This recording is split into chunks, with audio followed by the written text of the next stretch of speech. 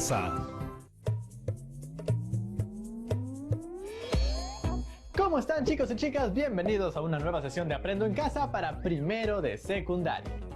Para comenzar la semana con todas las ganas, vamos a dedicar el programa de hoy al cuidado de nuestro planeta. Si bien muchos países están regresando poco a poco a lo que denominamos la nueva normalidad, es importante que recordemos cuál fue el impacto en el ambiente que tuvo el hecho de quedarnos en nuestras casas. ¿Recuerdas esas noticias donde se mostraba cómo la contaminación del aire había bajado? ¿O esas noticias donde se veía a animales silvestres caminar libremente por las calles en diversos lugares del mundo? ¡Oh!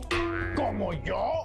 Pero Tocino, tú no eres un animal salvaje, es más, ni caminas, te tienen que lanzar a mis manos los chicos de producción. Se le dice entrar con estilo, pero es verdad, no camino por la ciudad. De hecho, no he salido de este set. Y haces muy bien. Todavía hay que mantener todos los cuidados necesarios para evitar que el virus se propague. Y una de las medidas más efectivas es el distanciamiento social. ¡Así es! A veces me sorprendes gratamente, Rodrigo, pero no te salgas del tema. ¿Por qué vimos todos esos cambios en el ambiente? Está bien, Tocino, volveremos al tema del cual nos desviamos debido a tu aparición. Detalles, continúa. A eso voy. Pero debo admitir que has hecho una muy buena pregunta. ¿Ustedes en casa no se han preguntado también a qué se debió todo eso? Tiene que ver con ustedes los humanos, ¿no? Exactamente. Las actividades humanas tienen un gran impacto en el ambiente. Y si bien no siempre este impacto es negativo, es muy importante darnos cuenta entre la relación de los elementos de la naturaleza y nosotros los humanos. Como la interrelación que tenemos nosotros, en donde a veces no eres consciente del impacto que tus acciones tienen en mí. Tocino, no te resientas, aunque es un poco extraño referirme a la naturaleza para hablar de ti, eres una alcancía de plástico. Pero admito que voy a estar mucho más consciente sobre cómo mis acciones pueden impactar. Y ahí en casa, quiero que ustedes presten muchísima atención a estos 3 videos. El primero es sobre la relación entre el ser humano y el ambiente. El segundo, sobre el desarrollo sostenible. Y el tercero, sobre la importancia de los ecosistemas para la calidad de vida. Pongan sobre todo muchísima atención a estos conceptos. Ambiente, desarrollo sostenible y calidad de vida, porque les va a servir como base para resolver el reto de hoy. ¡Vamos con los videos! ¡Oh, oh, oh! Hoy hablaremos de un tema súper lindo, el medio ambiente, que se encuentra en todas partes, en el cielo, el suelo, las plantas, los animales, etc. Y sin ir muy lejos, en nuestro país hay una gran variedad de ecosistemas, como por ejemplo la Amazonía, donde hay muchas especies animales y vegetales. Interesante, ¿no?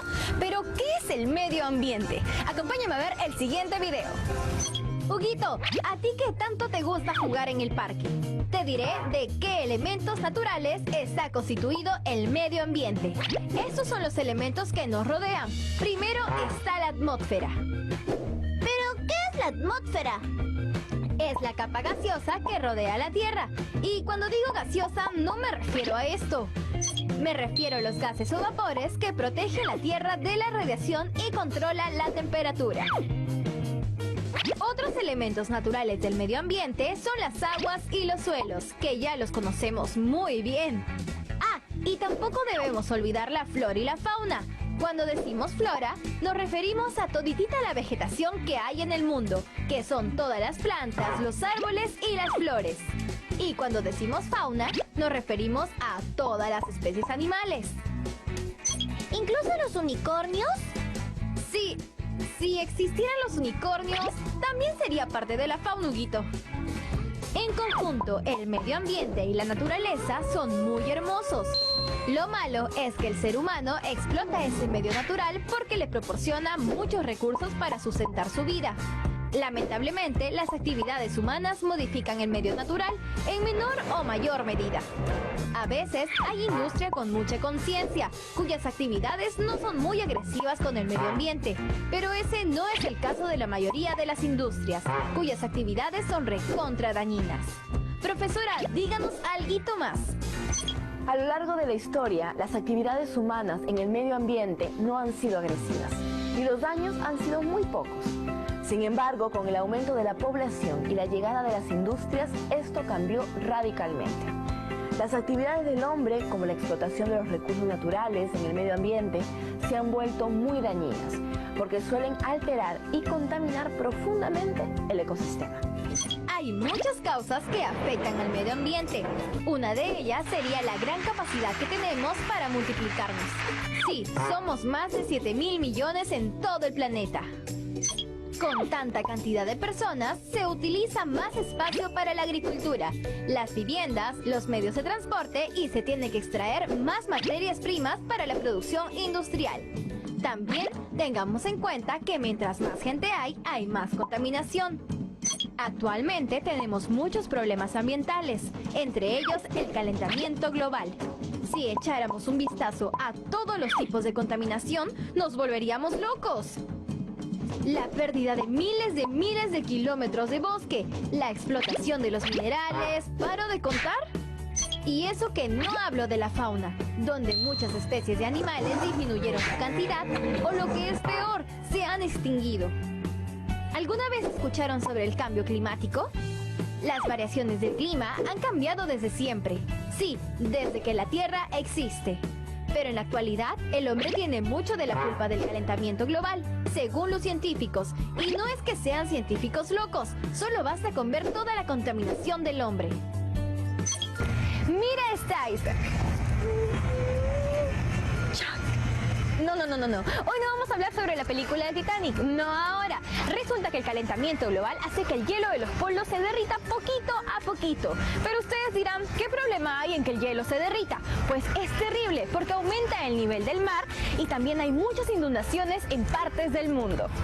Hay muchas películas que hablan acerca de los desastres naturales, como por ejemplo El día después del mañana, donde el calentamiento global ocasiona otra era del hielo. Por eso hay que ponernos las pilas para que estos desastres ya no sucedan más. Mira, Hugo, la contaminación humana genera el dióxido de carbono, que cubre la atmósfera de la Tierra y como sucede eso, el calor de la Tierra no puede salir al espacio y se queda aquí. A eso se le llama calentamiento global. Por ejemplo, la temperatura global aumentó en 0,74 grados centígrados durante el siglo XX. Pero eso es bien poquito. Puede parecer bien poquito, pero esa diferencia hace que haya más calor, que sube el nivel del mar y que ocurran más desastres naturales que antes. Ahora se dice que para el 2100, la temperatura aumentará entre 1,8 a 4 grados centígrados. ¡Uy, qué miedo! Hugo y yo nos hacemos la pregunta, ¿qué podemos hacer para evitar eso? Lo bueno es que en muchas sociedades ha despertado la conciencia ecológica. Pero eso no es todo. Muchos países han creado ministerios y oficinas de medio ambiente para poner en práctica políticas destinadas a frenar el deterioro del medio ambiente. ¡Qué chévere!, ¿no? Sin embargo, el cuidado del medio ambiente no es deber de unos cuantos países, es de todo el mundo, porque la contaminación nos afecta a todos. Por eso se necesitan políticas internacionales. Muchos ecologistas consideran que es necesario reducir los niveles de consumo para proteger el medio ambiente. Esto haría que las fábricas reduzcan su producción en increíbles cantidades. Sin embargo, no muchos están de acuerdo con esta medida. La ONU ha promovido diversas conferencias, pero existen grandes dificultades para que todos los países se pongan de acuerdo y apliquen una política ambiental en común. Con el fin de proteger el medio ambiente, se ha planteado el desarrollo sostenible. ¿Pero qué es eso? En este método se satisfacen necesidades de la población actual, pero también se piensa en las futuras generaciones. ¡Qué bacán! Pero se necesita una estrategia para que funcione. Así que la ONU ha promovido conferencias internacionales sobre el medio ambiente. En 1972 se celebró la primera conferencia en Estocolmo. Ahí se discutió sobre todos los problemas ambientales y sus posibles soluciones. Después vinieron más y más conferencias, querido Hugo, como la realizada en Río de Janeiro en 1992. Allí se redactó un documento denominado Agenda 21, en el que se propusieron 2.500 recomendaciones para salvaguardar el medio ambiente. ¡Jasú! En 1997 se realizó una conferencia del clima en Kioto, donde se aprobó el acuerdo conocido como el Protocolo de Kioto. Este acuerdo se ratificó en el 2005 por 55 naciones. Lo malo es que Estados Unidos todavía no lo firma. Sí, Hugo, el país con mayor emisión de gases contaminantes por todititas las industrias que tiene todavía no firme el acuerdo. Esperamos que no demore mucho para ponerse las pilas. El Protocolo de Kioto es el único mecanismo internacional para empezar a hacer frente al cambio climático y minimizar su impacto. Contiene objetivos legalmente obligatorios para que los países industrializados reduzcan la emisión de gases. Para el periodo 2008-2012 se buscaba la reducción de un 5% como mínimo de la emisión de gases invernaderos. Posteriormente se ha ratificado el segundo periodo de vigencia del Protocolo de Kioto, que va desde el 2013 hasta el 2020. Hoy aprendimos que la atmósfera es la capa gaseosa que rodea la Tierra, protege a la Tierra de las radiaciones y controla la temperatura. Otros elementos naturales del medio ambiente son las aguas, los suelos, la flora y la fauna. Las actividades humanas modifican el medio natural en menor o mayor medida. A veces hay industria con mucha conciencia, cuyas actividades son poco agresivas con el medio ambiente. Pero ese no es el caso de la mayoría, cuyas actividades son muy dañinas. Con la gran cantidad de personas en el mundo, se utiliza más espacio para la agricultura, las viviendas, los medios de transporte y se tiene que extraer más materias primas para la producción industrial. Las variaciones del clima han cambiado desde que la Tierra existe. Sin embargo, en la actualidad, el hombre tiene mucha de la culpa del calentamiento global, según los científicos. La contaminación humana genera el dióxido de carbono, que cubre la atmósfera de la Tierra. Y como sucede eso, el calor de la Tierra no puede salir al espacio y se queda aquí. La temperatura global aumentó en 0,74 grados durante el siglo XX. Puede parecer poco, pero esa diferencia hace que haya más calor, que sube el nivel del mar y que ocurran más desastres naturales que antes. Se dice que para el 2100 la temperatura aumentará entre 1,8 a 4 grados. Muchos países han creado ministerios y oficinas de medio ambiente para poner en práctica políticas destinadas a frenar el deterioro del medio ambiente. Con el fin de proteger el medio ambiente, se ha planteado el desarrollo sostenible. Ese método satisface las necesidades de la población actual, pero también se piensa en las futuras generaciones. La ONU ha promovido conferencias internacionales sobre el medio ambiente. En 1972 se celebró la primera conferencia en Estocolmo. Ahí se discutió sobre todos los problemas ambientales y sus posibles soluciones. En 1997 se realizó una conferencia del clima en Kioto, donde se aprobó el acuerdo conocido como el Protocolo de Kioto. Ese acuerdo se ratificó por 55 naciones. Sin embargo, Estados Unidos aún no lo firma. ¿Sabías que? El huracán Katrina fue uno de los huracanes más destructivos de la historia de Estados Unidos. Se calcula que el número de víctimas que alcanzó ascendió a 1.833 personas. Sucedió entre el 23 y 30 de agosto del 2005. Sin embargo, los científicos han estimado que los efectos del calentamiento global pueden causar el riesgo de huracanes iguales o peores que el de Katrina, incluso con más frecuencia. Ahora ya lo sabes. Sí, chicos, hay que ponerse la camiseta y ser recontra hinchas. ¿De quién? De la Tierra, pues, porque si no te has dado cuenta, es nuestra única casa. Y por eso te voy a recomendar un libro súper interesante llamado Calentamiento Global, de Angela Royston.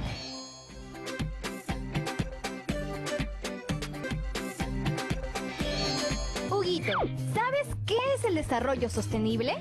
Según los investigadores Antonio Brack-Egg y Cecilia Mendiola, el modelo de desarrollo sostenible tiene estos componentes: ambiental, social, tecnológico y económico. En el ambiental se refiere a la conservación del medio ambiente y sus recursos naturales. Por ejemplo, por cada árbol talado se deben plantar por lo menos 3 arbolitos. En el social se refiere a regular el crecimiento poblacional. Es que ya somos un montón en la Tierra y mientras más somos, más recursos gastamos.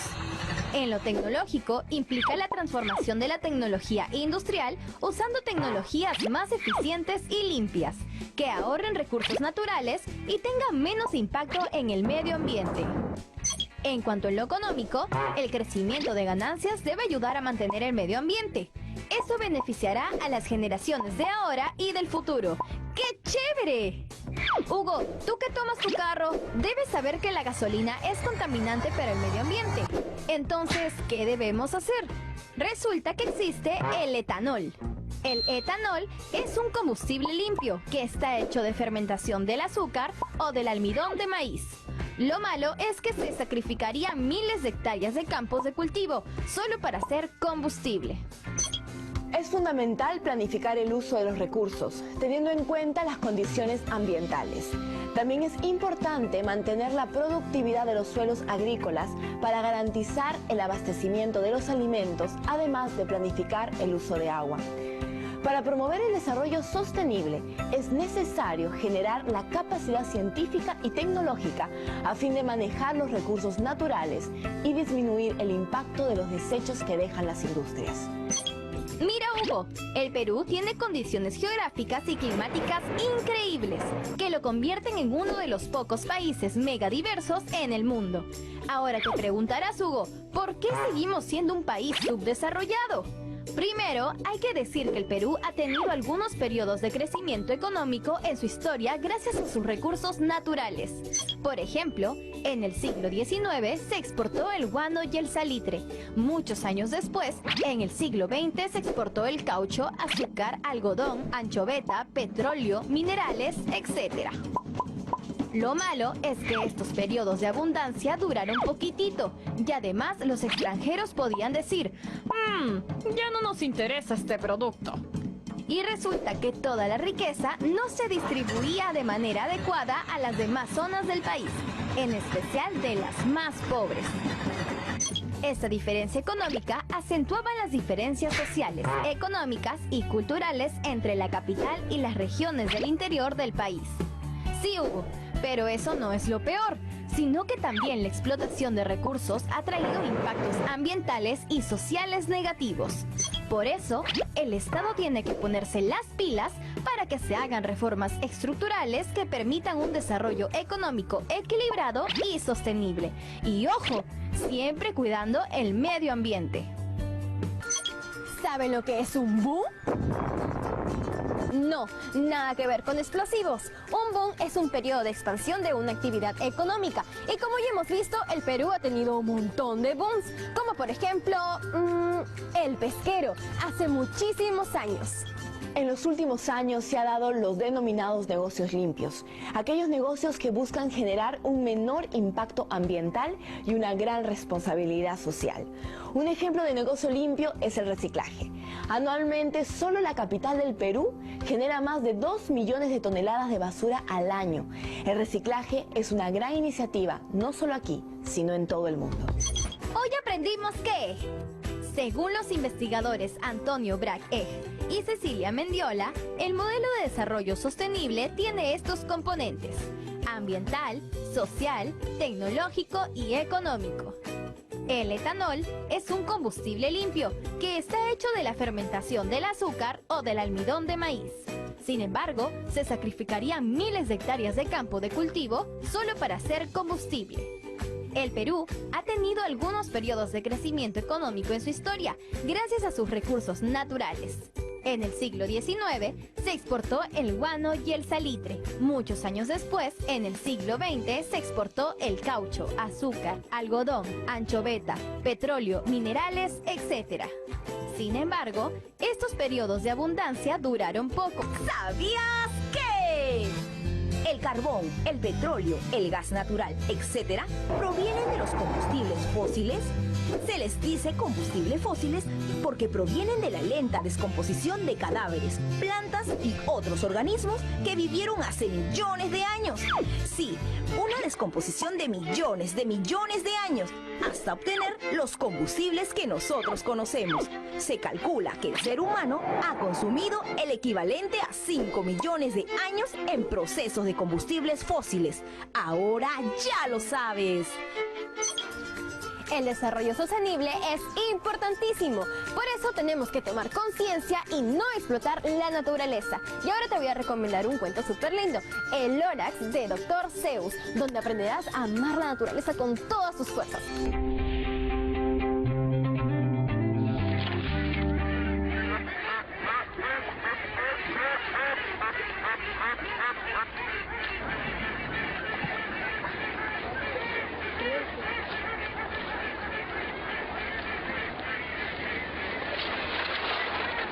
Se respira aire fresco. ¿Qué ves? A ver, esta es una zona restringida. Es una reserva natural. Aquí ellos viven tranquilos sin que nadie los moleste. ¿Saben? El profesor nos dijo que era un ecosistema. ¿Un ecosistema? Estamos acostumbrados a pensar que el hombre es un ser político, un ser social, un ser religioso, pero muy poco nos damos cuenta que también es un ser ecosistémico, o sea que depende de los ecosistemas.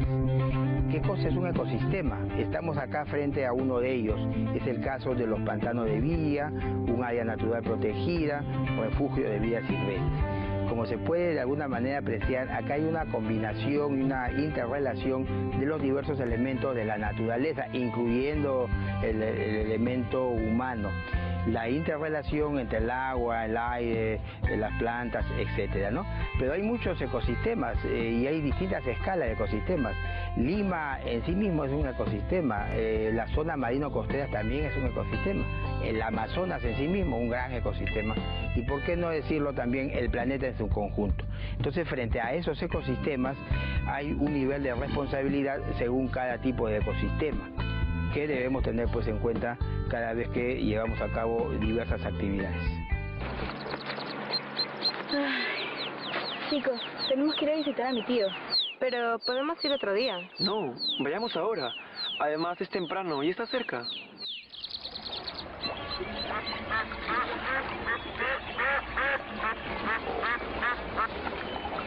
Si nos ponemos a recoger toda la basura que hay en la chacra, seguro llenamos un par de costales. Toda esta basura contamina.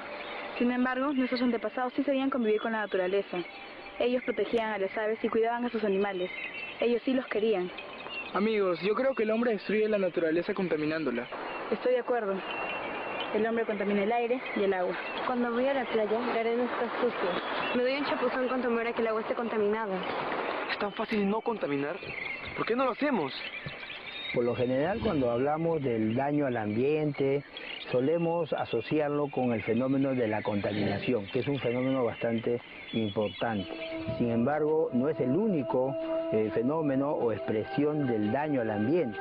El ambiente también se afecta, por ejemplo, cuando se ocupa de manera inadecuada un espacio, un ecosistema, cuando se extrae de manera irracional los recursos. Sin embargo, la contaminación es un elemento muy relevante porque significa que se introduce en los ecosistemas una serie de elementos producto de las actividades humanas, y eso pues va desestabilizando y va resquebrajando a los ecosistemas. La contaminación tiene muchas expresiones, contaminación del aire, contaminación del agua, de la tierra, inclusive la contaminación paisajística.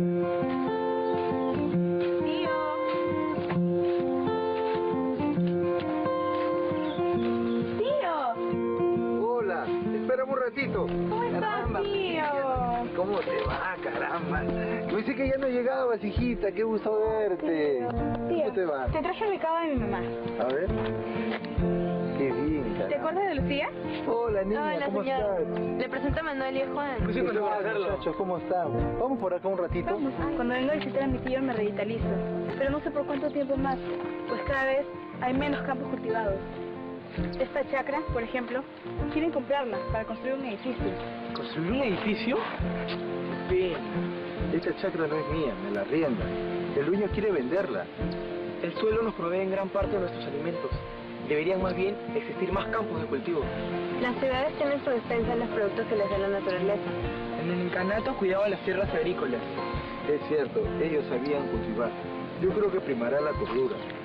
Acá en el campo yo vivo bien. El ejercicio diario me mantiene y puedo mantener a mis hijos. Y lo principal, hay paz y tranquilidad. Y eso es una forma de calidad de vida. Disculpe, ¿qué edad tiene, señor? Tengo 55 años, recién cumplido. Parece de menos. Si viviera en la ciudad, estaría más avejentado. Calidad de vida en realidad significa tener un bienestar, gozar de felicidad, cubrir las necesidades básicas que pueda tener un individuo o una población en una determinada ciudad. Calidad de vida implica educación para todos. Calidad de vida implica gozar de buena salud física y mental. En otras ciudades tenemos mejor ordenamiento en el transporte, mejor ordenamiento en sus ciclovías. Estamos en el Perú tratando de organizarnos por la preocupación quizás del ámbito local para que su población tenga una mejor calidad de vida. ¿Qué les pareció? Es muy importante que nos demos cuenta que, si bien las actividades que realizan los humanos son necesarias, se pueden realizar con responsabilidad para cuidar el ambiente y apuntar al desarrollo sostenible. Muy bien, Tocino. Cada día me sorprendes más. Recuerda que la naturaleza nos da recursos que podemos aprovechar de muchísimas formas. Por eso nuestro desafío es asegurar su preservación para las generaciones del futuro. Ese es su reto como humanidad, ¿no? Exactamente, es trabajo de todos y todas. Y hablando de retos, ¿qué les parece si vamos con el reto del día de hoy para seguir desarrollando sus aprendizajes? Imagina que eres un grupo encargado de defender el ambiente, por lo que debes entregar una propuesta de acciones al gobierno de tu región para cumplir esta meta. Además de propiciar el desarrollo sostenible para lograr calidad de vida en tu región. Tu propuesta debe sustentarse en la relación que existe entre las actividades que se practican en tu región y su impacto en la calidad de vida. ¡Hay mucho por hacer aún! Se me ocurren varias acciones que sobre todo tú podrías hacer, Rodrigo. Me alegra ver que estés concentradísimo en el reto de hoy, Tocino, aunque haya sonado un poquito como una amenaza. Estoy seguro que ya en casa ustedes también están pensando en todas las acciones que pueden realizar a favor de su región. Y no te olvides de guardar todos tus trabajos en el portafolio. ¡Nos vemos! ¡Chao, chao!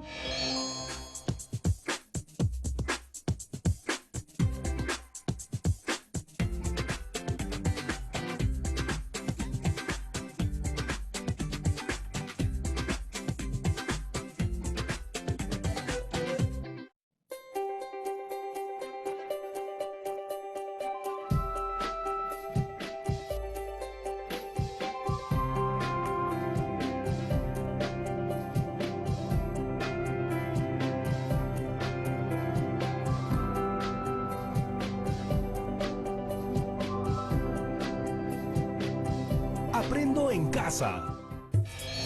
Hola chicas y chicos, bienvenidas y bienvenidos a un nuevo programa de Aprendo en Casa para segundo de secundaria. ¿Cómo han estado? Les cuento que hoy día tenemos un programa muy interesante del área de ciencias sociales. No hay duda que la crisis provocada por la pandemia ha hecho más evidente los problemas que tenemos como sociedad y como país. Uno de ellos es el manejo de los recursos. Por eso hoy aprenderemos cómo manejar nuestros recursos de manera responsable, tomando decisiones en el hogar. Los recursos son escasos, sobre todo en tiempos de crisis. Por eso debemos aprender a tomar decisiones económicas pensando en nuestras necesidades. Presta mucha atención al caso que presentamos y no te olvides de tomar nota de los conceptos básicos y de los ejemplos que nos plantean. ¿Listas y listos? Muy bien, vamos a ver el video. Él es Gael, tiene 13 años y vive con sus padres y su hermano menor Sergio, que tiene 5 años. Su mamá dejó de trabajar cuando nació su hermanito y ahora se dedica a cuidar a sus hijos. Su papá trabaja en una fábrica que produce helados y hasta el momento sigue trabajando, pero le han reducido el sueldo porque la fábrica empezó a producir menos por la pandemia.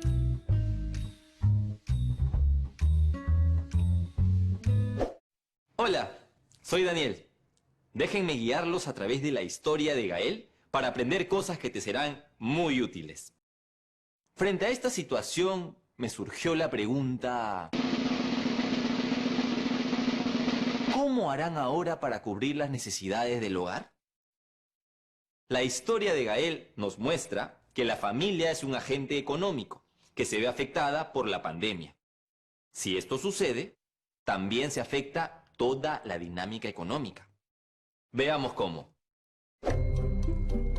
Si la familia tiene menos ingreso de dinero, tendrá que realizar un consumo responsable de los recursos con los que cuenta ahora. Es decir, tendrá que elegir qué productos compra y qué no, para satisfacer sus necesidades. Si los productos y servicios no son adquiridos por los consumidores, se verán afectadas las empresas y también las personas que trabajan en ellas. La familia de Gael cuenta con un ingreso económico producto del trabajo de su papá. Con ese dinero deberán adquirir los productos que cubran las necesidades básicas de la familia. ¿Dónde creen que pueden adquirir esos productos? Así es, lo podrán adquirir en el mercado o en una bodega cercana a su casa.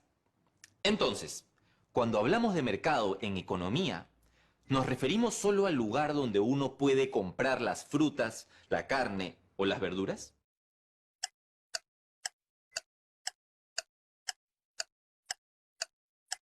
No, no necesariamente. El mercado es todo espacio físico o situación en donde se produce la interacción entre una o varias personas con la finalidad de intercambiar productos y o servicios. Es decir, para que exista un mercado es necesario que previamente exista un producto o servicio que es ofrecido y vendido. Se necesita, por lo tanto, un intercambio económico. Ahora les invito a observar las siguientes imágenes para que identifiquemos cuáles constituyen un mercado y cuáles no. Presten atención. Se vende desinfectante, alcohol, gel, mascarilla, guantes, visera. Señor, ¿qué tal? ¿Cómo está? Bienvenido. ¿Qué desea? Claro que sí. Aquí tiene su producto. Muchas gracias. Adiós.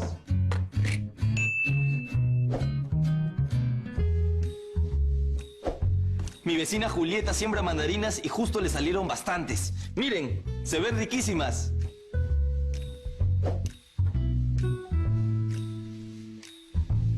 ¿Aló? Sí, quisiera un chaufa, por favor. Claro, con guantán frito. Listo, lo espero. ¡Qué rápido! ¿Ya llegó? Ahora sí, a comer.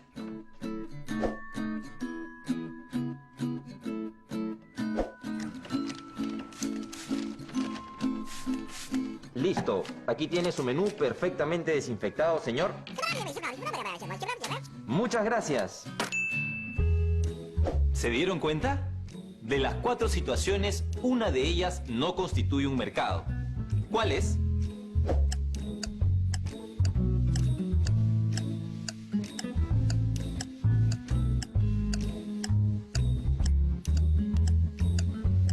¡Exacto!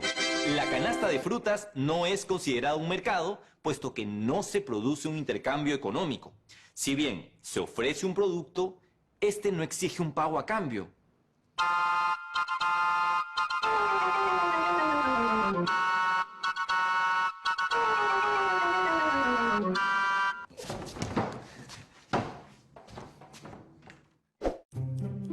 En la historia de Gael, la familia adquiere productos para satisfacer sus necesidades básicas. La mamá, por ejemplo, sale a la bodega los fines de semana cuando el papá se queda cuidando a los niños para adquirir productos de primera necesidad como arroz, frutas, pollo o productos de limpieza. En este caso, las compras realizadas son demandadas por la mamá y se ofertan en la bodega. Esta situación nos permite mencionar que para que exista un mercado es necesario que previamente se cuente con un producto y que se encuentren personas que necesiten o deseen comprarlo, así como personas que ofrezcan el producto y lo vendan. A estas interacciones y contactos que se establecen entre vendedores y compradores se denomina dinámica del mercado. Cuando se da esta dinámica en el mercado, se puede hablar de oferta y demanda. La oferta son los bienes y servicios que se ofrecen, mientras que la demanda son aquellos bienes y servicios consumidos por las personas. Piensen ahora en lo que ha sucedido en sus familias hace 2 días. ¿Qué bienes o servicios demandaron como consumidores? ¿Dónde se ofertaron dichos productos? Seguro muchos han pensado en los mismos productos que requiere la familia de Gael, pero también han podido pensar en alimentos, mascarillas, alcohol, entre otros, como bienes demandados, y en los mercados o supermercados como el espacio donde se ofertan dichos bienes. Pero, ¿qué se necesita para poderlos adquirir? ¡Excelente! Para adquirir estos bienes o servicios que demandamos como consumidores, requerimos de dinero, un recurso que se acepta como medio de pago. Cada bien o servicio tiene un precio, y este se establece dependiendo de la demanda y oferta que se dé en el mercado. Como vimos en la historia de Gael, su familia tiene ahora menos dinero que antes, debido a la reducción de sueldo que se hizo en el trabajo del papá. Por ello, deben priorizar y decidir qué comprar y qué no. Por ejemplo, antes compraban carne de res frecuentemente, pero ahora han decidido comprar pollo, debido a que está más al alcance de sus bolsillos. Algunos productos que provienen de otras regiones han podido subir de precio durante esta cuarentena. Frente a esta situación, debemos tomar decisiones y optar por pagar el precio del producto si es que es muy necesario, u optar por sustituirlo, es decir, cambiar el producto por otro que cumpla las mismas funciones. Ahora, pregunta en casa a tus papás si han identificado algunos bienes o servicios que hayan elevado su precio. De ser así, consulten si este bien o servicio era necesario para la familia o pudo ser sustituido. ¿Alguna vez te has puesto a pensar por qué varían los precios de un producto o servicio? El precio de un producto o servicio es generado por la oferta y la demanda, y puede variar por diferentes motivos y contexto. Puede suceder que el incremento de los precios de los que venden, ofertantes, genera la reducción de su consumo si los que compran, demandantes, no están dispuestos a pagar ese nuevo precio. O igualmente, si los compradores quieren pagar menores precios no aceptados por los vendedores, es posible que ya no se ofrezca ese producto. Y ustedes han pensado, ¿por qué los papás de Gael desean destinar el ingreso de la familia a los productos de primera necesidad y no a comprar otros? La respuesta puede parecer obvia, pero a veces algunas personas le dan más importancia a ciertos gustitos y no a las verdaderas necesidades.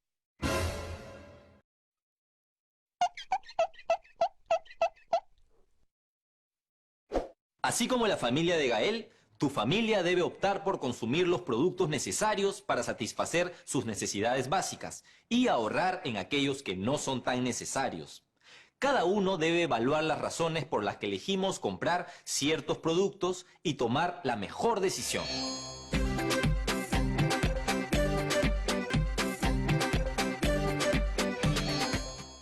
Al igual que los padres de Gael, En nuestra vida tenemos que tomar decisiones constantemente. Por ejemplo, imaginemos que tenemos 5 soles y debemos comprar pan para el desayuno de la semana. Tenemos varios tipos de pan y los precios varían de acuerdo a ello. Para gastar los 5 soles, cada uno de nosotros decidirá qué hacer. Si comprar el pan especial o el de menor precio que nos quedaría vuelto.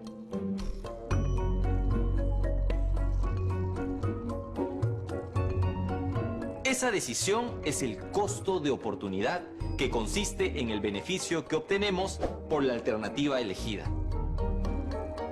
Luego de lo que hemos hablado, ¿alguna vez has tomado una decisión económica como la realizada por los papás de Gael? ¿Cómo organizaron las compras en tu casa? ¿Semanales? ¿Quincenales? ¿Cuál fue la decisión que tomaron y en base a qué?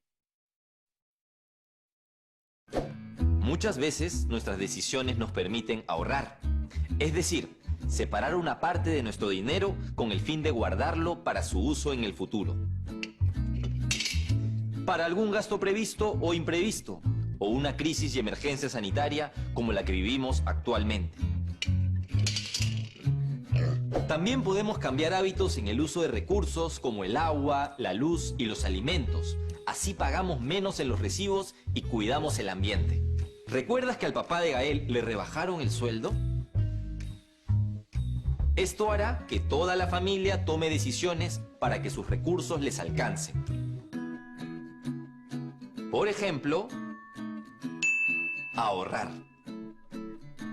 Al hablar de ahorro, también nos referimos, por ejemplo, a que Gael no desperdicie el agua cuando se lava las manos, o que sus papás apaguen las luces o desenchufen cualquier aparato eléctrico sin uso. También es posible que se ahorre en las compras de los alimentos o pañales. Por ejemplo, en vez de comprar una golosina, ahorro ese dinero y lo utilizo en la compra de algún producto de mayor necesidad. O también podemos sustituir un producto por otro más barato. Por ejemplo, en el caso de la familia de Gael, sustituyeron la carne de res por el pollo. Para analizar este tipo de situaciones y tomar una mejor decisión, es necesario tener un presupuesto familiar, que puede ser quincenal o mensual, en donde se registren los ingresos y los gastos. Esta herramienta servirá para distribuir el dinero en las principales necesidades, algunas que son fijas, como los alimentos, el agua, la luz, y otras que pueden variar, como paseos, compras de artículos personales, entre otros. Esta es la mejor forma para administrar el dinero del hogar. Si se realiza este tipo de acciones, estamos frente a un consumidor responsable, porque analiza varios aspectos y de acuerdo a ello toma la mejor decisión que le permita satisfacer sus necesidades sin gastar todo lo que tiene, es decir, siendo consciente de que los recursos son escasos y que se requiere de decisiones responsables para su uso. Entonces, ¿eres consumidor responsable cuando ahorras o le das el uso justo y adecuado al dinero, así como a otros recursos como el agua, el gas, la luz, etc.? Observa las siguientes situaciones y señala en cuál de ellas se evidencia un consumidor responsable. 1 kilo de lentejas. Lentejitas.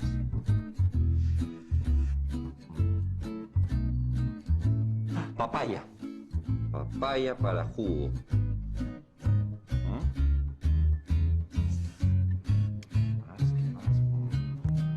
1 kilo de cebolla roja. Cebolla roja.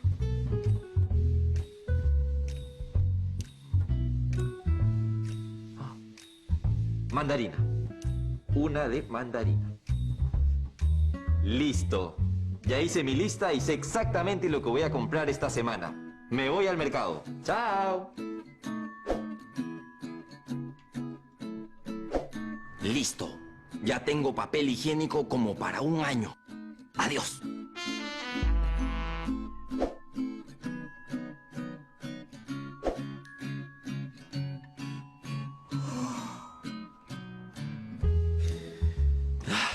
Bueno, ya me voy a dormir. Ya mañana apago la lamparita.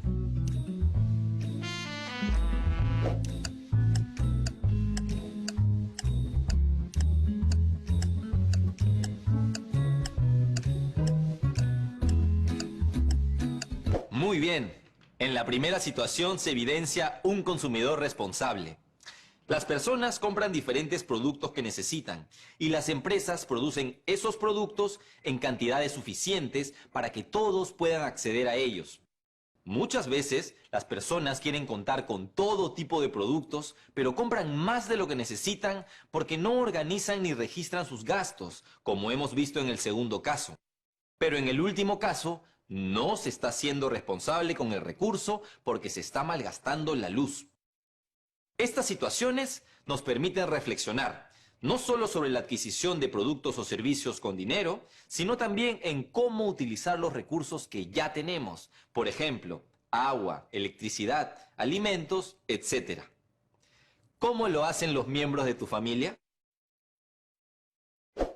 En la historia de Gael se ha reforzado la idea de que todas las personas tenemos necesidades. Por ejemplo, los miembros de la familia tienen la necesidad de consumir alimentos, pero también tienen otras necesidades. ¿Qué necesidades tiene tu familia? Como habrás notado, todos tenemos necesidades y las satisfacemos consumiendo distintos productos o servicios.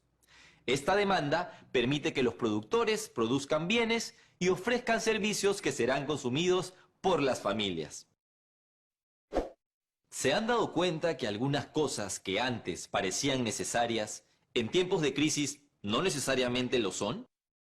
Si no llegamos a analizar estas situaciones, es muy probable que consumamos productos no necesarios en exceso, lo que se denomina consumismo, muchas veces reforzado por la publicidad.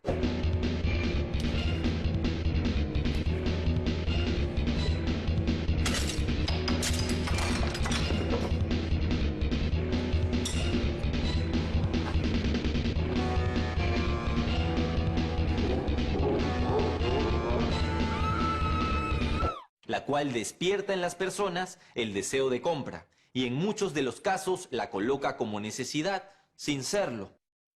El consumismo juega en contra de nuestras metas de ahorro. Así, la familia de Gael deberá seguir reflexionando para tomar decisiones económicas que les permita cubrir sus necesidades básicas. Hoy hemos aprendido que la familia es un agente económico que toma decisiones sobre el uso de sus recursos y al elegir lo que se compra en el mercado está asumiendo un costo de oportunidad. Además, ahora sabemos la importancia de ser consumidores responsables, considerando que los recursos son limitados. Por ello, podemos organizarlos con ayuda de un presupuesto, el cual nos permitirá tomar las mejores decisiones. ¿Consideras que en tu familia se llevan las cuentas del hogar de manera organizada? ¿Crees que se podrían mejorar los hábitos de consumo y el manejo del dinero? ¿Qué acciones puede asumir tu familia para ser consumidores responsables? Muchas gracias por su atención. Hasta luego.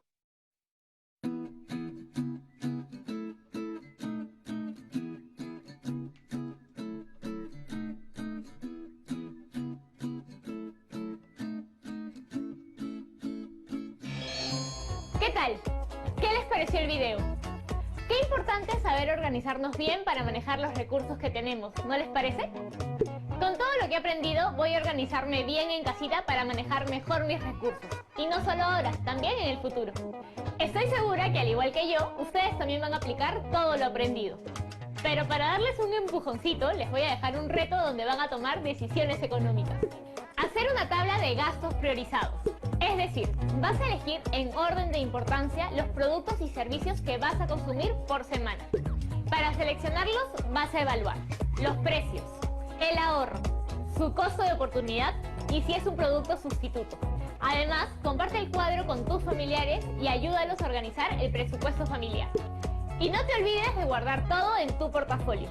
¡Nos vemos!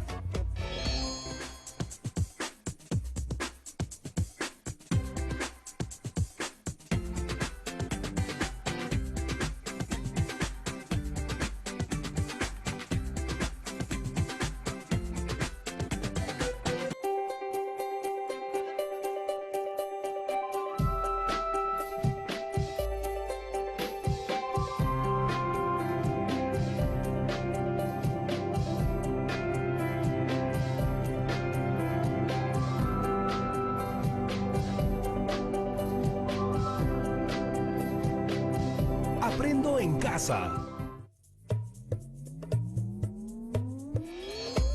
Hola, bienvenidos y bienvenidas a un nuevo programa de Aprendo en Casa. Recuerda que este espacio está dirigido a chicas y chicos de tercero de secundaria. Hoy desarrollaremos el área de ciencias sociales. En nuestra localidad y país, nuestras familias, en la búsqueda de satisfacer diversas necesidades, interactúan entre ellas, con las empresas y el Estado. Este último, como parte de sus funciones, promueve acuerdos comerciales, de cooperación y desarrollo con otros países. Porque si bien hay que reconocer que tenemos varios y valiosos recursos económicos y humanos, no lo tenemos todo. Eso pasa también con los demás países. Para ello, entre nuestros países se dan, como ya hemos mencionado, los acuerdos comerciales y de cooperación, tanto bilaterales como multilaterales. Todo esto seguro tiene que ver con la palabra globalización y el modelo económico que tenemos. Uy, ahora sí tengo varias dudas. Me pregunto, ¿y cómo funciona nuestro modelo económico? ¿Es el mismo para todos los países? ¿Y qué de la globalización? ¿Beneficia a mi localidad y país? Voy a necesitar su ayuda en esto. Tu reto es proponer prácticas para aprovechar la globalización en tu localidad a partir de analizar el rol del Estado y su relación con nuestras familias, los negocios y las instituciones financieras. Para ayudarte a ello, te invito a ver los siguientes videos sobre globalización y modelos económicos. Siempre tengan a la mano lápiz y papel. Ahora sí, vamos con los videos. Imagínate que en mi casa tengo un huerto de zanahorias, es decir, tengo que regar, cosechar y abonar. Qué rico, así podría comer todos los días pastel de zanahoria, jugo de zanahoria, estofado de zanahoria. Creo que me aburriría un poco de la zanahoria. ¿Calla nuevo, viejo? Pero me acordé que mi vecino cultiva fresas, entonces puedo llegar a un acuerdo con él para intercambiar nuestros productos. Algo así sucede cuando dos o más países deciden negociar para intercambiar sus productos con poco o ningún impuesto. ¿Quieres saber más? Entonces no te puedes despegar de tu pantalla porque a continuación lo sabremos todo. Cada país tiene distintos tipos de riqueza. Unos pueden tener ganado, oro y diamantes, otros petróleo y gas. Pero, ¿hay algún país que englobe todo o sea autosuficiente? A ver, dejaré que pienses un par de segundos. Bueno, no hay país que englobe todas las riquezas. Perú tiene muchas riquezas. Sí, Helga, Perú es rico en minerales, agricultura, pesca, combustible y mucho más. Pero no lo tiene todo y le falta desarrollarse muchísimo. De hecho, ningún país es autosuficiente, porque ninguno puede producir todo lo que necesita por sí solo. Por eso se necesitaba de tratados con otros países para comerciar bienes y servicios que les faltan. Esto sirvió de gran ayuda durante y después de la Segunda Guerra Mundial, donde la crisis económica, la escasez y el encarecimiento de los productos afectaron a muchos países. Así nacieron los TLC, o Tratados de Libre Comercio. ¡Qué paja, ¿no? El TLC se puede dar entre dos o más países, que llegan a un acuerdo para reducir o eliminar impuestos. Pero también hay pactos para no perjudicar el mercado nacional. Esto también dio origen a los bloques económicos. Sí, te preguntarás, ¿qué es un bloque económico? Facilito. Son un conjunto de países que inician procesos de integración. Por ejemplo, tenemos a la Comunidad Andina, CAN, al Mercado Común del Sur, Mercosur, a la Unión Europea, UE, entre muchos otros en el mundo. ¡Azul! Los bloques económicos son grupos de países que deciden tener acuerdos y convenios comerciales, también de integración económica, con el objetivo de crecer y solucionar los problemas que se les presenten. Al interior de los bloques se han firmado una serie de convenios de integración como uniones, acuerdos, tratados de libre comercio, entre otros. La creación de estos bloques forma parte de un proceso más grande llamado mundialización económica. Este es la CAN. No me refiero a un perrito. Es la Comunidad Andina, que fue creada en 1996. Helga, este bloque económico está conformado por Bolivia, Colombia, Ecuador y Perú. Por otro lado, tenemos al Mercosur o Mercado Común del Sur, conformado por Brasil, Argentina, Paraguay y Uruguay.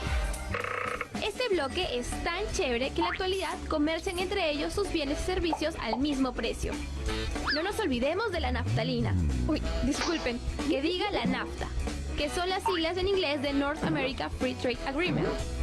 Pero como aquí hablamos español, la NAFTA es lo mismo que el TLC-CAN, o sea, el Tratado de Libre Comercio de América del Norte. Ya, mucho palabreo. Este bloque está conformado por Canadá, Estados Unidos y México, desde el 1 de enero de 1994. Sin embargo, en la práctica los negocios se dan más entre Canadá y Estados Unidos. Me he puesto a pensar en la Segunda Guerra Mundial y en lo feo que debe haber sido escuchar esos bombardeos y estar en medio de esos tiroteos. ¡Qué terrible situación! Pero espera un momentito. Si estamos hablando de economía, ¿qué tiene que ver esto con la Segunda Guerra Mundial? Bueno, ya hablamos antes que los tratados de comercio ayudaron mucho a los países devastados por esta guerra. Sí, esta guerra devastó Europa, pero estos países lograron ingeniárselas para salir adelante. Así es, los vecinos olvidaron sus diferencias y cooperaron entre ellos, formando la ya mencionada Unión Europea. ¡Qué chévere!, ¿no? Así de paso evitaban más guerras e impulsaban el desarrollo económico. Helga, ¿sabes qué es el APEC? No creas que es alguna fruta. Son las siglas en inglés para el Foro de Cooperación Económica Asia-Pacífico. Fue establecido en 1989 en Australia por el primer ministro australiano Robert Hawke. APEC no es un tratado o acuerdo de obligaciones. Así como lo dice nuestro querido Robert, a diferencia de otros foros conformados por varios países, en el APEC las decisiones se toman por consenso y los compromisos se asumen voluntariamente. Sí, Helga, te estarás preguntando cuáles son las metas de este foro. Para comenzar, se orienta a hacer más flexible el comercio y la inversión entre los países que son miembros. Sí, es tan chévere que así se crea un ambiente eficiente de bienes y servicios. Un momento, ¿sabes cuántos países conforman el APEC? Mira todo lo sombreado en este mapa. ¡Son muchos! Pero para ser exactos, tenemos a 21 países miembros, entre los que destacan Estados Unidos, Canadá, Australia y Nueva Zelanda. Pero tampoco hay que olvidar que el Perú es uno de sus miembros. Muy interesante. No me robe la pantalla, señor ministro. Los países miembros de APEC representan aproximadamente 41% de la población mundial. ¡Asu! Y no solo eso, la mitad de las 10 economías más grandes del mundo son miembros de este foro. Hay otros organismos económicos internacionales que sirven como foros de discusión y acuerdo entre diversos países. Por ejemplo, está el Fondo Monetario Internacional, está el Banco Mundial, que financia proyectos en los países menos desarrollados. Y no nos olvidemos de la Organización Mundial de Comercio, que promueve acuerdos para favorecer el comercio entre países. Hoy en día es más fácil relacionarse con personas de todo el mundo, gracias a la mejora de las comunicaciones. Así se logra la globalización. Pero como todos sabemos, el Internet es una de las herramientas que ha ayudado a la globalización. Imagínate el mundo sin Skype, sin Twitter o sin Facebook. ¡No! Es que antes las comunicaciones eran más lentas o más caras. Sí, pues Helga, hacer una llamada a otro país podía costarte un ojo de la cara. Cuidado que te quedes tuerta. Hoy se conoce casi de manera inmediata lo que sucede al otro lado del mundo. Algo fundamental para la realización de empresas. Pero un momento. Helga, ¿has escuchado de la globalización económica? En la actualidad, las relaciones económicas entre los países es cosa de todos los días y de manera inmediata. Sí, como la velocidad del rayo se planifican las actividades económicas. Así es posible comprar desde distintas partes del mundo. También controlar las actividades de las sedes de una empresa. Sedes que pueden estar en la China o en la Conchinchina, manejadas solo con un clic. Lo malo es que tiene sus cosillas negativas. Por ejemplo, las industrias de países pobres no son tan fuertes para competir con las grandes industrias de países como Estados Unidos o de Europa. Como consecuencia, esto puede generar más pobreza o desigualdades económicas. Algunos países son más beneficiados de la globalización que otros. Por un lado, los beneficios de la globalización combaten la pobreza. Sin embargo, los países menos desarrollados no pueden realizar todas las reformas, ajustes o reajustes necesarios para competir con países más desarrollados. Cada país tiene distintos tipos de riquezas, pero no hay país que englobe todas las riquezas o sea autosuficiente. Por eso se necesitaba de tratados con otros países, para comerciar bienes y servicios que les faltan. El libre comercio entre países sirvió de gran ayuda durante y después de la Segunda Guerra Mundial, donde la crisis económica, la escasez y el encarecimiento de los productos afectaron a muchas naciones. Así nacieron los TLC, o Tratados de Libre Comercio. El TLC se puede dar entre dos o más países que lleguen a un acuerdo para reducir o eliminar impuestos. También se dio origen a los bloques económicos, que son un conjunto de países que inician procesos de integración. Por ejemplo, tenemos a la CAN, NAFTA, Mercosur, entre muchos otros. El bloque más grande y más conocido es la Unión Europea, UE, que está formada por 28 países del viejo continente. Su extensión ocupa 4 millones de kilómetros cuadrados y su población aproximada es de 5 millones de habitantes. El APEC fue establecido en 1989 en Australia por el primer ministro australiano Robert Hawke. A diferencia de otros foros conformados por varios países, en el APEC las decisiones se toman por consenso y los compromisos se asumen voluntariamente. Los países miembros de APEC representan aproximadamente 41% de la población mundial. La mitad de las 10 economías más grandes del mundo son miembros de este foro. Antes, las comunicaciones eran más lentas o más caras. Hoy se conoce casi de manera inmediata lo que sucede al otro lado del mundo.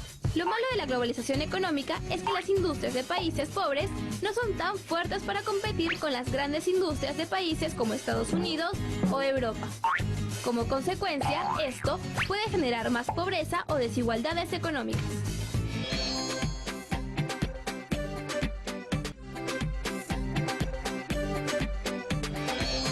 Luego. Como sabes, en el mundo existen países desarrollados, otros no tanto y también muy pobres. ¿Pero qué tendrían que hacer estos países que están en cola? La respuesta no es tan sencilla. Una de sus medidas sería aplicar un modelo adecuado. Bueno, este modelo no. Me refería a un modelo económico. De la aplicación y éxito de ese modelo, un país puede mejorar económicamente. ¡Qué chévere!, ¿no? La economía es muy, pero muy compleja. No es como jugar Monopolio en una tarde familiar. Yo compro 2 casas. Ay, Helga, en Monopolio puedes llegar a ser millonario y tener un montón de casas, aunque también puedes irte a la quiebra. Pero la economía no es un juego, sobre todo si se trata de manejar la economía de toditito un país. A lo largo de la historia se han visto grandes catástrofes económicas, como el crack en Estados Unidos en los años 30 o la terrible inflación en Venezuela, donde todos los productos escasean. Sí, Helga, no hay ni azuquitar para el café. Entonces, ¿de qué depende el crecimiento y desarrollo de un país? La respuesta es sencilla. Depende el modelo económico que impulsa el Estado. Sí, el modelo económico define las reglas políticas, las reglas sociales y las reglas económicas. ¿Cuántos modelos económicos hay? Qué bien que preguntes, Helga. Hay muchísimos, pero mencionaré algunos. Comenzaremos hablando del modelo liberal, que es netamente capitalista, con una intervención mínima del Estado y con una gran competencia de las empresas privadas. Luego está el modelo centralizado, donde el Estado planifica y controla toda actividad económica. Y también está el modelo mixto, donde la empresa privada y la empresa estatal tienen la misma importancia para generar riqueza. Los modelos económicos deben ser transparentes como el agua cristalina, porque sus reglas tienen que estar a la vista de todos. Y estas reglas deben aplicarse por igual, aunque en la práctica suele haber distorsiones o vacíos. Hay estudiosos que han analizado los distintos modelos económicos e incluso han dado grandes aportes. Tenemos a Milton Friedman y a Paul Samuelson, 2 importantes economistas que han recibido el premio Nobel por sus contribuciones. En Estados Unidos se aplica el modelo económico liberal, que está basado en el capitalismo. Helga, ¿adivinas desde cuándo? Pues desde el siglo XIX. ¡Hace un montón de tiempo!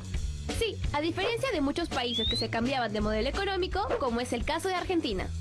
El modelo económico de Estados Unidos se comenzó a impulsar con la llegada de una gran cantidad de migrantes. Se construyó el ferrocarril y sobre todo crecieron las industrias, lo que cuadruplicó las exportaciones entre 1860 y 1900. ¡Asu! Definitivamente, Estados Unidos manejó bien su economía, porque se convirtió en líder mundial en la producción de acero. Pero además, su extenso territorio sirvió de mucho, porque tenía un montón de recursos naturales. Pero no se quedó ahí, sino que realizó grandes inversiones en investigación e innovación tecnológica. Al convertirse en una potencia, su moneda se volvió muy importante. Mira, estos son los dólares. Imagino que ya los conocerás. ¡Qué buena guiñada! Esta moneda se consolidó a nivel mundial para hacer todo tipo de compra y venta. O sea, puedes estar en cualquier parte del mundo y el dólar será aceptado como medio de pago. Helga, pero no creas que todo era color de rosas en el país del tío Sam, porque la prosperidad no eliminó las desigualdades económicas ni la pobreza de un importante sector de la población. Además, a lo largo de su historia ha tenido varias crisis económicas. Ay, perdón, es que estaba haciendo mi presupuesto mensual, porque luego me queda ajustada y ya no tengo nada para fin de mes. ¿Y tú? ¿Ya has hecho tu presupuesto? Sí, es igual con una nación, que tiene un presupuesto anual, el cual tiene que gastar en obras como carreteras, hospitales, educación y muchas cosas más. Pero si la economía anda muy mal, el Estado tendrá que pedir préstamos a otros países. Y los intereses crecen y crecen y crecen. Ay, qué miedo tener que pagar una deuda tan grande, ¿verdad? En Sudamérica se han utilizado distintos modelos económicos. Por ejemplo, en Perú, en los tiempos de Juan Velasco Alvarado, se utilizó el modelo de desarrollo nacionalista, donde se estatizaron empresas, controlaron los precios, se limitó la importación de productos, entre otras muchas medidas que no tuvieron resultados tan felices. Mientras que en Cuba se utilizó el modelo socialista. Sí, después de derrocar al presidente Fulgencio Batista, se adoptó este modelo en la isla, donde casi todos ganan la misma cantidad de dinero. Además, se repartieron a los campesinos las tierras agrícolas. En Cuba hay buenos doctores. Así es, Cuba es una isla donde salen doctores muy buenos. Lo malo es que ganan bien poquito. Por eso muchos profesionales prefieren irse de su país para tener mejores oportunidades. Ahora nos vamos a Argentina, donde se aplicaron muchos modelos económicos desde su independencia.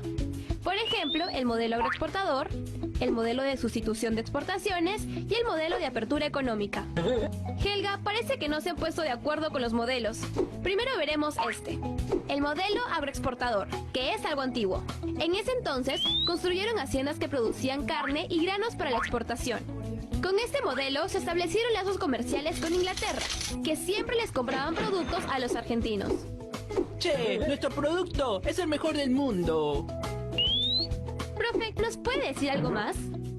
A fines del siglo XIX se inició la llamada Conquista del Desierto, donde integró a Argentina grandes extensiones de territorios, arrebatados a las poblaciones aborígenes, donde se constituyeron las haciendas productoras. Se crearon poco a poco industrias, lo cual aumentó la demanda de la mano de obra. Por esta razón, llegaron migrantes europeos que reforzaron el mercado. A la Argentina llegaron migrantes europeos, principalmente italianos y españoles atraídos por la creciente industria de ese país.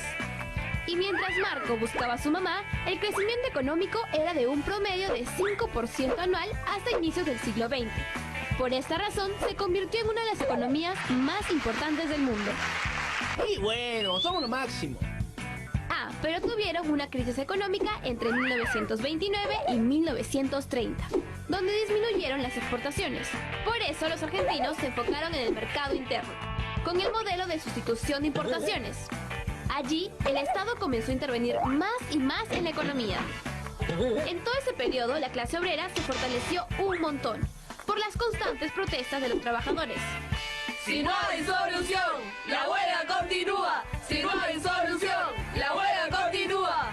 Justamente en 1976 se produjo un golpe de Estado y otra vez se cambió el modelo económico. Helga, ¿sabes cómo se llamó este nuevo modelo? Sí, el modelo de apertura económica. Así, se abrieron las importaciones y se les quitó algunos derechos a los trabajadores. Y Argentina volvió a endeudarse con préstamos. Poco a poco las industrias entraron en decadencia y los sueldos fueron más bajos. Al final, todo esto provocó más crisis, la moneda comenzó a perder su valor y los precios subieron. ¡Uy, qué mal! Se ve que tenían que arreglar urgente este modelo económico. Y así fue. Un momento, entonces, ¿qué economías crecen más en el mundo? Generalmente, los países que logran insertarse en la economía internacional, los que estimulan el mercado interno mediante la reducción de la pobreza, los países que promueven la capacitación, salud y garantizan el ahorro y la inversión de los ciudadanos. Muy interesante, ¿no? El crecimiento y desarrollo de un país dependen del modelo económico que impulsa el Estado, porque define las reglas políticas, las reglas sociales y las reglas económicas. El modelo liberal es netamente capitalista, con una intervención mínima del Estado y con una gran competencia de las empresas privadas. Por otro lado está el modelo centralizado, donde el Estado planifica y controla toda actividad económica.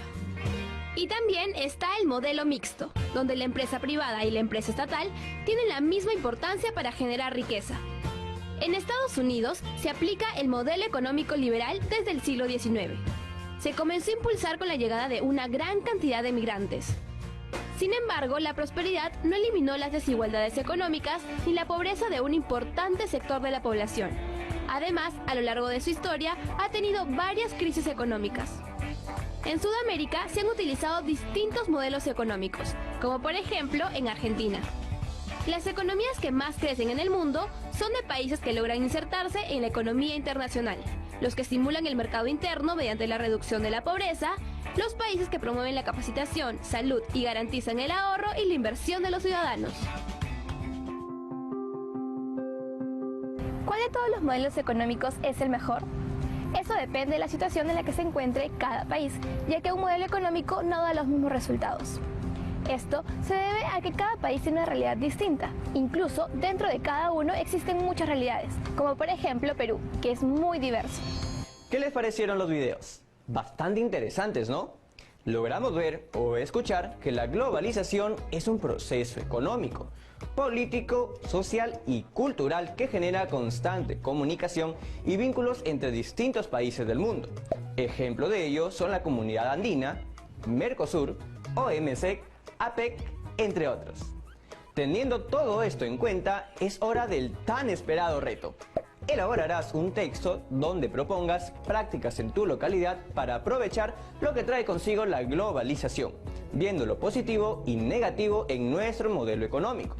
Este texto debe incluir tus propuestas de prácticas en tu localidad, justificar estas a partir de la conversación con tus compañeros o familia sobre qué ventajas y desventajas trae consigo la globalización en tu localidad y nuestro país.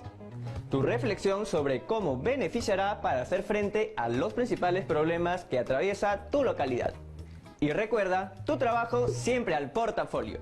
Eso ha sido todo por hoy en Aprendo en Casa. Nos vemos en el siguiente programa. ¡Chao, chao, chao!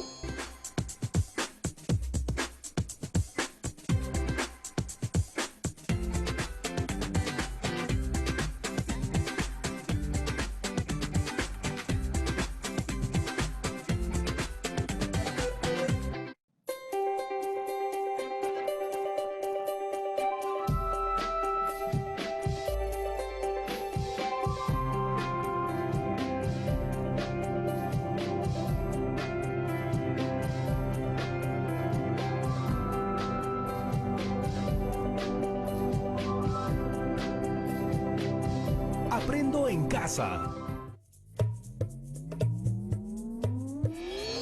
Hola chicas y chicos de cuarto de secundaria, yo soy Yeremis y bienvenidas y bienvenidos a un nuevo programa de Aprendo en Casa. Hoy desarrollaremos el área de Ciencias Sociales.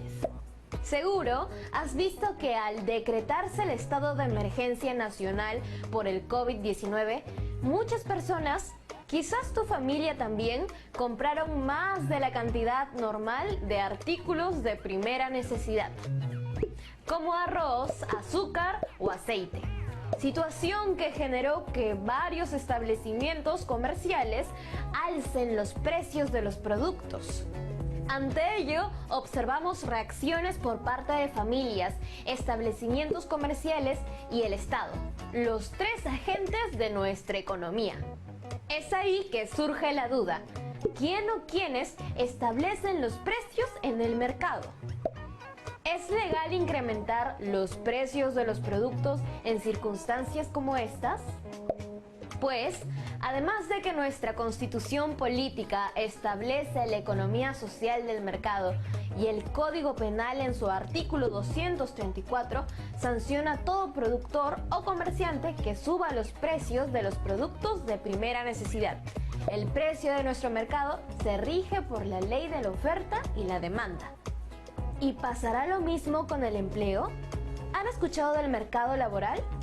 Bueno, es algo complejo, pero con el programa de hoy seguro aclararemos algunas de nuestras dudas. Tu reto al final es elaborar recomendaciones para orientar a tu familia en la adquisición de bienes y servicios básicos para casa, a un precio justo. Así que atentos con todos. Ten a la mano lápiz y papel. Vamos con los videos. La economía es interesante si le agarras el gusto. ¡Sí! Estos son los tres conceptos más, pero más importantes de la economía: la escasez, la competencia y la eficiencia. ¿Y qué tiene que ver la escasez? En que si hay escasez, puedes usar sabiamente los pocos recursos que tienes. Con la competencia te trazas metas para lograr tus objetivos para ganar. Y por último, con la eficiencia, utilizas de la mejor manera los recursos que tienes. Esa es la base de la economía. Interesante, ¿no? Ahora vamos a los bienes y servicios. Un bien podría ser cualquier producto como una galleta. Y un servicio es la atención que recibes, por ejemplo, en un spa. Así que ponte cómodo, Hugo. En el caso de la galleta, comienza con la producción. Sí, o sea, crearla.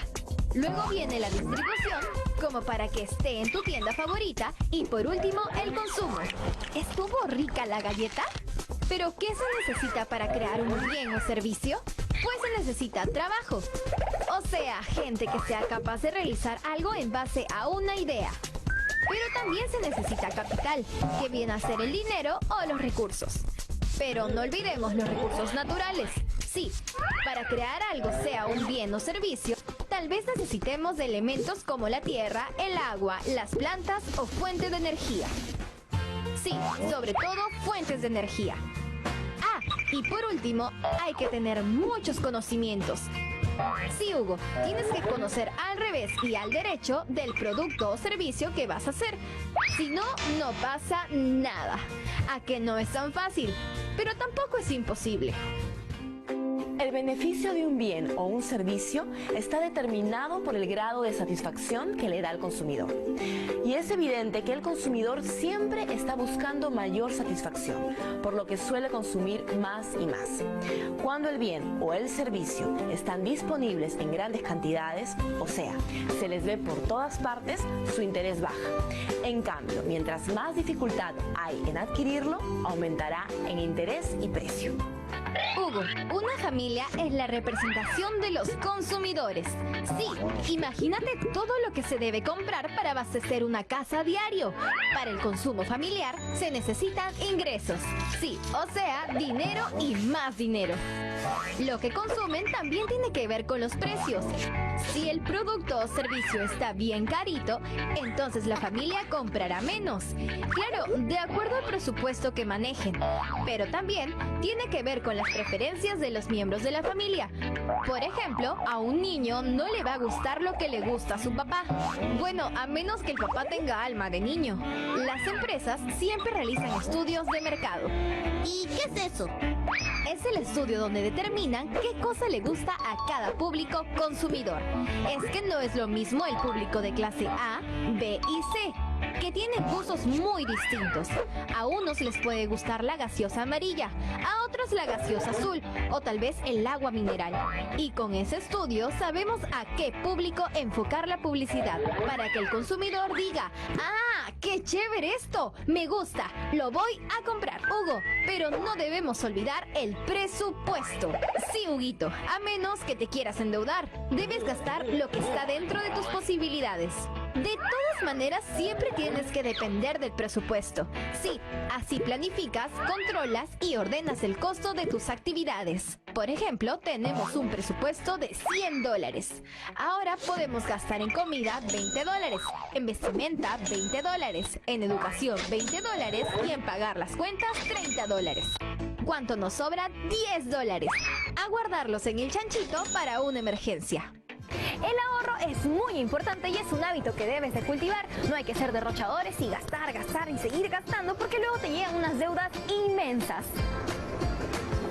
Dejando de lado las cuentas del terror, tenemos la oferta y la demanda, que te lo explico de una manera súper fácil. La demanda la decide el consumidor y la oferta la decide el vendedor. Sí, tenemos que aprender de esas cosillas. Y para que te hagas un ejemplo, cuando vas al centro comercial y ves el 20% de descuento o el famoso 2x1, siempre hay que estar bien atentos y saber comprar. Tenemos que aprender de la ley de demanda. Mientras más cueste el bien o servicio, menos compras tiene. Y mientras menos cueste, tiene más compras. ¿A qué es sencillo, no? El mercado funciona así. Por ejemplo, si la galleta que te gusta sube de precio, vas a cambiarla por otra marca de galleta más barata, a menos que seas recontra hincha de la anterior galleta, pero ese no es el caso de la mayoría. Pero hay más demanda cuando más dinero se tiene. Sí, por ejemplo, en épocas que se otorgan gratificaciones en los trabajos, es cuando más ventas hay. Sí, Hugo, a comprar que el mundo se va a acabar. ¡Hugo, cuidado! Claro, ahora hablaremos de la oferta. Si un precio es alto, entonces el producto puede usar una oferta. Por ejemplo, el famoso 2x1. Caserito, pregunte sin compromiso. No nos olvidemos del equilibrio de mercado. ¿Y cómo es? Es cuando la cantidad demandada coincide con lo ofrecido. Por ejemplo, una fábrica no puede elaborar 10.000 autos, cuando el público solo demanda 300 autos. Eso sería desastroso. Por eso se necesita el equilibrio, para no sobrepasarnos de la cantidad de productos que pide el público. Y así todos contentos y felices. La demanda no permanece quieta en el mercado, siempre está cambiando por diversos motivos. Por ejemplo, en casos como el mismo clima, donde cambia el estilo de ropa y se tiene que rematar lo que queda sin vender. También se debe al gusto de los consumidores, que pueden variar sus costumbres, hábitos o moda. Claro, sin olvidar los ingresos que pueden influir en la demanda del mercado. Hugo, ahora vamos a hablar de las empresas. Hay que decir que hay todo tipo de empresas, como las que fabrican productos como galletas o gaseosas, o las empresas que brindan servicios, como una peluquería o entrenar en un gimnasio. Sí, Hugo, para que te pongas en forma. Y estos bienes o servicios lo consume la familia, y la cantidad o la calidad depende mucho del precio. Hugo, para que exista una empresa que brinda productos, tiene que haber una cierta cantidad de trabajadores para que todo sea eficiente. Pero existen dos tipos de producción: la producción en serie y la producción intermitente. En la producción en serie se fabrica un montón, bastantote, porque lo consume una gran masa de gente, como la comida o la ropa. Sí, Hugo, siempre vamos a tener necesidad de vestirnos y de comer. En cambio, la producción intermitente se hace a pedido del cliente. ¿A pedido? Sí, por ejemplo, en obras públicas como la construcción de carreteras, puentes, etc., también si se quiere fabricar aviones, barcos y mucho más. De esta manera, tiene como objetivo lograr muchas ganancias con respecto al dinero que invierte. En caso contrario, si el costo no cubre lo invertido, la empresa se irá a la bancarrota. Profesora, cuéntanos un poquito más. Las empresas tienen dos tipos de costos: costo fijo y costo variable. En el costo fijo, el precio se mantiene, no importa cuánto cambie la cantidad del producto. La diferencia con el costo variable es que el precio sí cambia, dependiendo de cuánta cantidad se elabore de un producto. Esto se rige por motivos externos, como el alza del sueldo de los trabajadores o el encarecimiento de las materias primas. La economía se da en todo momento de nuestras vidas, desde esa moneda que ahorras en tu alcancía hasta ese gustito que te das en la tienda de la esquina. El presupuesto familiar es algo que no se puede tomar a la ligera, por eso hay que planificar los gastos y es de gran ayuda ahorrar. Recuerda que ese dinero te puede servir en un futuro. Y por último, si tienes una gran idea, no la desaproveches. Recuerda que de las ideas innovadoras surgieron las más grandes empresas. Así que no te limites, innova y crea.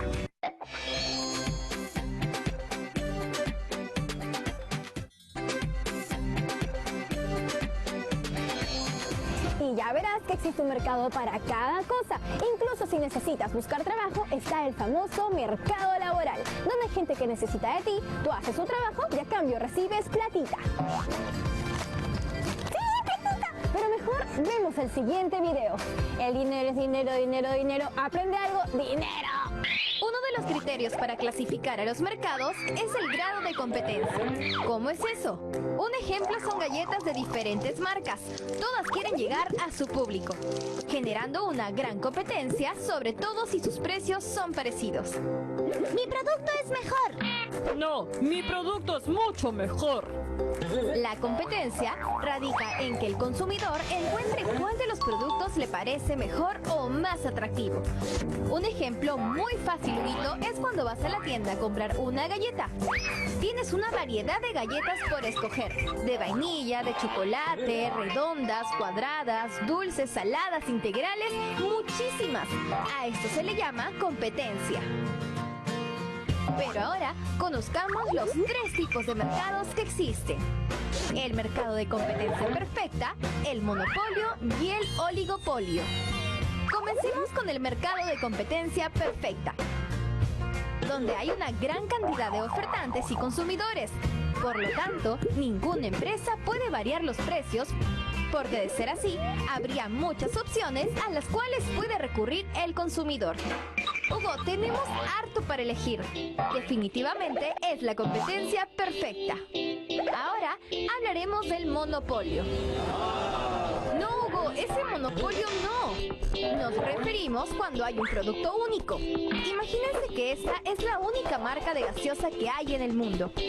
Como no hay más, es la única que puede elegir el consumidor. Y como es la única, esta fija sus precios como quiere, sin tener miedo a que la cambien por otra. A eso se le llama monopolio. Y por último, el oligopolio es cuando hay pocas empresas ofertantes, pero un montón de consumidores. Así, este conjunto de empresas se pone de acuerdo para establecer sus precios. Una forma de oligopolio es el término cartel. Este es un acuerdo entre las empresas que forman una alianza y deciden el precio de un producto como la cantidad que ofrecerán al mercado. Generalmente, los precios tienden a subir, beneficiando a los productores. Un ejemplo de oligopolio en nuestro país serían las administradoras de fondos de pensiones del Perú, más conocidas como AFP. Su mercado cautivo les permite imponer sus condiciones y al público consumidor no le queda más que aceptarlas. Hugo, el mercado también puede ser influenciado. Por eso se dan cosas como el mercado libre y el mercado regulado. El mercado libre es como su nombre lo dice, libre. O sea, el Estado no interviene en las decisiones de los compradores y los vendedores. Pero no pasa lo mismo con el mercado regulado, donde sí interviene el Estado regulando los precios, los suministros o la producción. Estoy buscando trabajo. Hugo, tienes que buscar en el mercado laboral. ¿Qué es eso? Mira, Hugo, muchas personas que ofrecen sus conocimientos a empresas que necesitan de sus habilidades. Este intercambio es el mercado laboral. Y este tiene que funcionar igual que la economía, o sea, con oferta y demanda. Que haya más trabajo depende mucho del crecimiento que tenga un país. Sí, mientras más dinero se maneje en la sociedad, una empresa va a crecer. Y de esa forma va a tener más espacio para más trabajadores. ¿Y el sueldo? El sueldo depende mucho de la actividad. Por ejemplo, el trabajador puede hacer una actividad muy pedida, pero que pocas personas pueden o saben hacer. Así, el sueldo será bastante. ¡Yeah! Pero si el trabajo lo puede hacer cualquiera y hay un montón de personas que ofrecen el mismo servicio, entonces el sueldo será más bajito.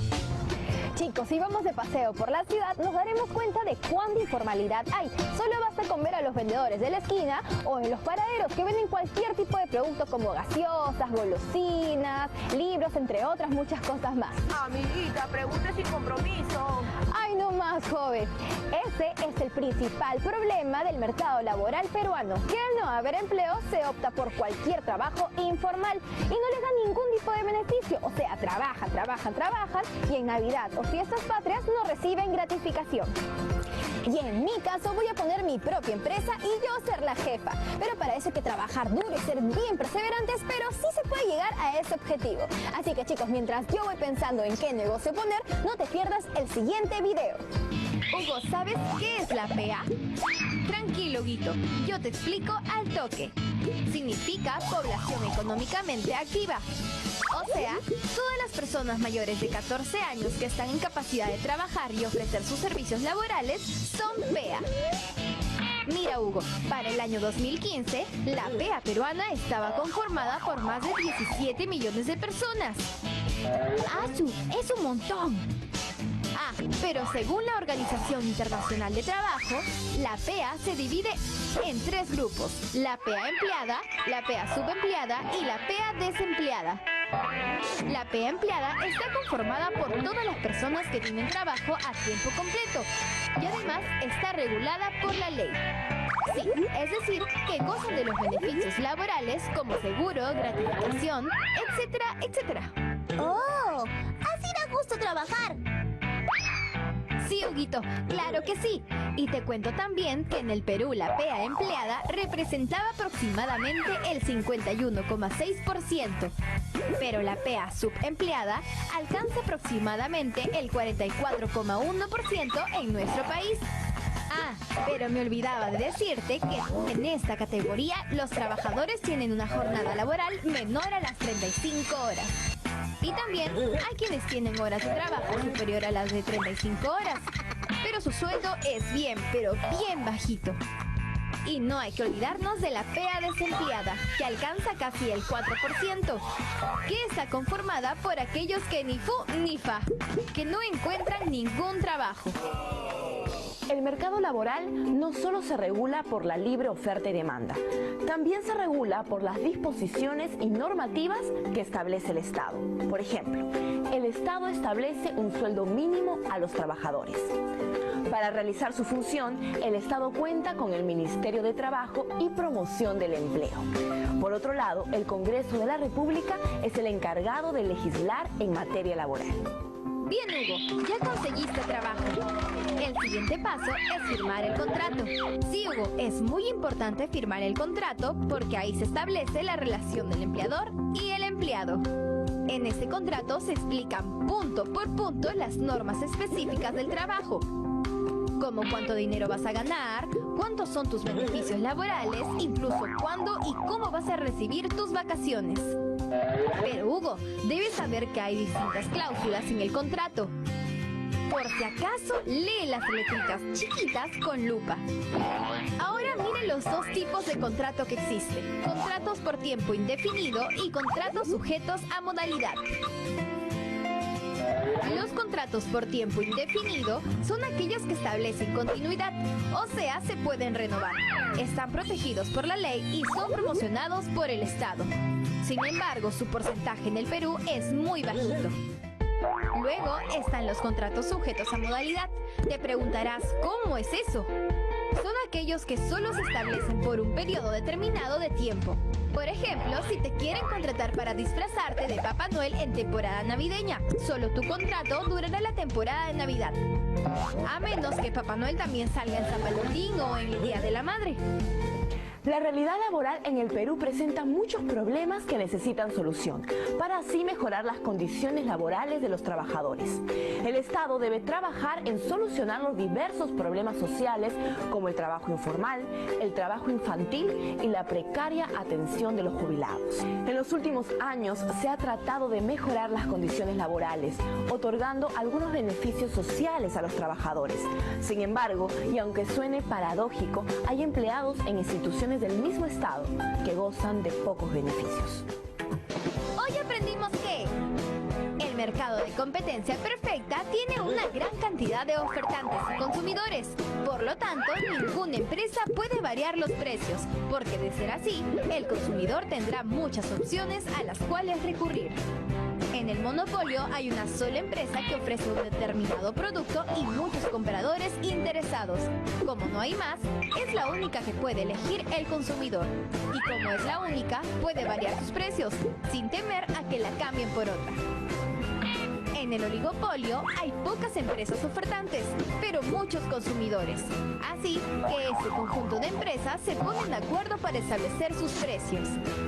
El Estado no interviene en las decisiones de los compradores y los vendedores en el mercado libre, mientras que en el mercado regulado, el Estado sí interviene regulando los precios, los suministros o la producción.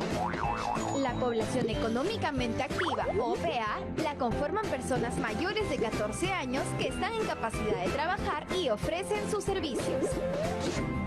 Según la Organización Internacional de Trabajo, hay 3 grupos de PA: la PA empleada, la PA subempleada y la PA desempleada. Los contratos por tiempo indefinido son aquellos que establecen continuidad, están protegidos por la ley y promocionados por el Estado.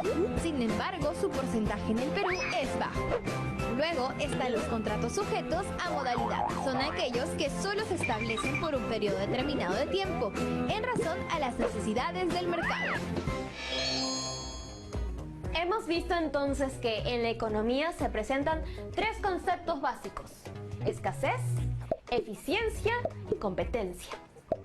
Pero también hemos visto que en el mercado de bienes y servicios, incluido el mercado laboral, no solo hablamos de oferta y demanda, sino que para generar un bien o servicio se necesita el concurso de los factores de la producción: capital, trabajo, recursos naturales y conocimiento. Entonces, para adquirir bienes y servicios básicos para la casa a un precio justo, hay que analizar todos estos elementos. Quizás hasta hacer nuestro listado de los factores que afectan la oferta y demanda, como presupuesto, las expectativas, el precio, la tecnología, la influencia de la publicidad.